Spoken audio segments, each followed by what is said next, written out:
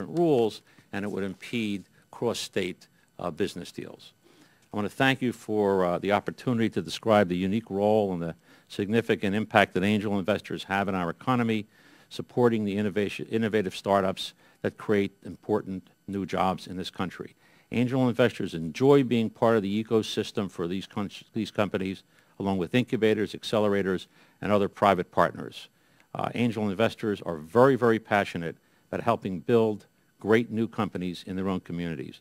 I'd be happy to answer any questions you have, and I thank the Chair for the invitation to appear today. Thank you, Mr. Linder. Dr. Lewis, the number one challenge that we have today is job creation. And we know that if we want to get this economy growing again, jobs creation is a very important component for that.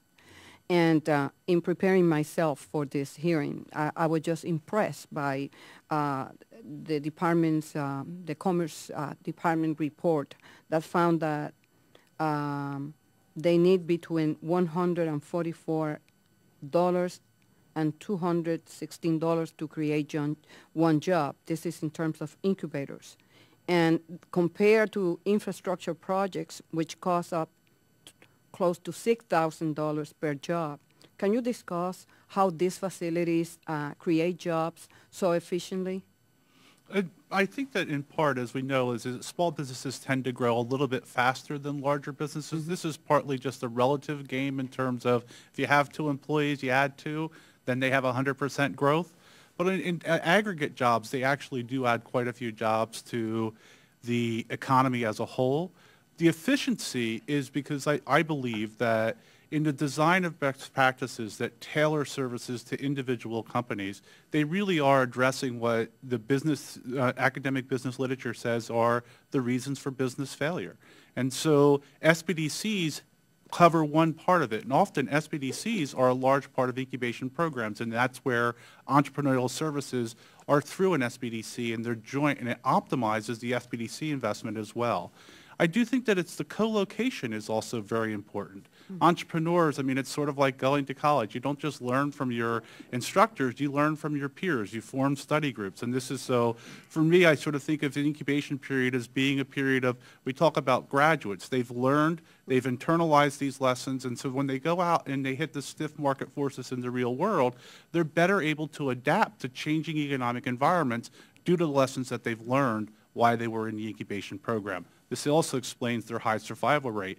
The SBA's estimated roughly about 51% of firms survive after 5 years. Relative to incubator firms, that number reaches, in some research, up to 86% of them are surviving after graduation. Thank you. Dr. Strom, during economics expansion, employment rates from business incubator have been high. And in 2005, some of you mentioned 100,000 jobs were created through incubators. And in the last year and a half, what we have seen is the economy has contracted and has only recently begun to recover. Can you discuss how effective incubators are at creating jobs? And do you have any data in terms of any the type of jobs creation during this economic downturn?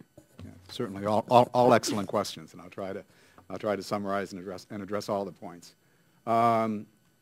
Yes, job creation is vital. There are most, and the key thing is young, growing firms. Most firms that start, the majority will fail within 5 years. Of those that succeed, most of those will employ a few people, but not many. The minority of firms that grow rapidly are the ones that account for most of the job growth. And the reason is that those firms are able to either reach a new market or be more productive than existing firms in an industry, and therefore outcompete those firms. And to the extent that incubators could assist those firms in understanding the markets and in enhancing their productivity, incubators will then enhance job growth. The focus, though, I believe, needs to be on potentially, if the key is job creation rather than firm creation, the focus needs to be on firms that are in those industries or with the kinds of technologies or with the kinds of innovative processes that are potentially high-growth firms. So focusing more narrowly on the high-growth firms will pay rewards in job creation. Thank you. Mr. Cooperhouse, incubators like the one that you run at Rutgers are increasingly specialized in specific industries. And what are the benefits and the drawbacks of this type of specialization? Excellent question as well. Correct. I think today you are seeing, historically there have been quite a few mixed-use incubators that provide a variety of services to a variety of industry sectors. I think we are in fact seeing more and more specialization, whether the sector is life science, telecommunications, biotechnology, or food and agriculture, or particularly today environmental technologies. The advantages of focusing on a specific sector are really that we can provide much more specific services to clientele, and in our case, as I mentioned, provide a cluster opportunity to really aggregate all the elements of particular industry together, the whole value chain, as well as aggregate resources that can provide the expertise that's needed, whether it's business, marketing, product development, quality assurance, technology, and so forth, to really meet the needs. So in terms of service, the level of what's been quite evident in our discussions today is that best practices are all about service, not about space. Providing services to clients is critical to an incubator's success in their model of excellence. So in fact, a sector-based program does in fact enable that to occur. On the other hand, mixed-use incubators are certainly very powerful in many parts of the country where there's not a particular sector that's as well defined as might be in a particular region. Okay. Mr. Monkman,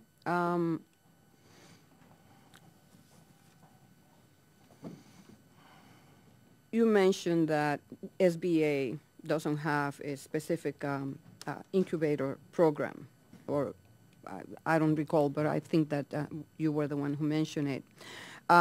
However, there are some who might say that SBA provides support and that there are different programs that could fill the basis of an incubator program. What is your views on that? And if Congress were to establish a national incubator program, how would it differ from the services already being provided by SBA?